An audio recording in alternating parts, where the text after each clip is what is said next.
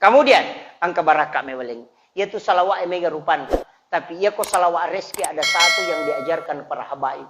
Dan itu sangat luar biasa Pak Bu. Aga bacana apa coladan. Allahumma salli ala Sayyidina Muhammad wa ala ali Sayyidina Muhammad karimil abai wal ummahat.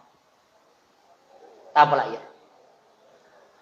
Allahumma salli ala Sayyidina Muhammad wa ala ali Sayyidina Muhammad karimil abai wal ummahat. Salawat papedalle itu.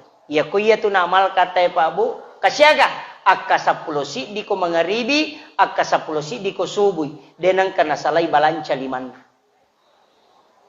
Tu barakat. Denang kana salai ki di tu berkah. Tak pula ni tu? Ai deh pah. Meraji-raji tu ngasa di Pak Guru tu.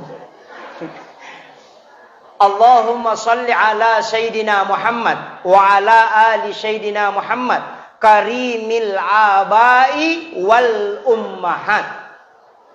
Karimil abai wal ummahat.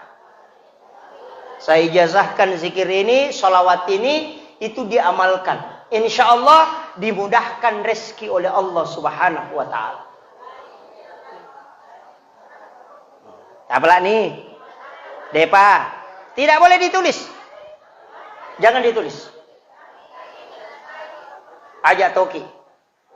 Ini memang diwasiatkan oleh ulama kita, jangan tulis salawat ini.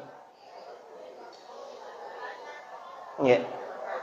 Jadi itu saja dibaca, jangan ditulis. Banyak salawat yang lain itu bisa ditulis. Allahumma sholli ala Sayyidina Muhammadin tibbil qulub bisa ditulis.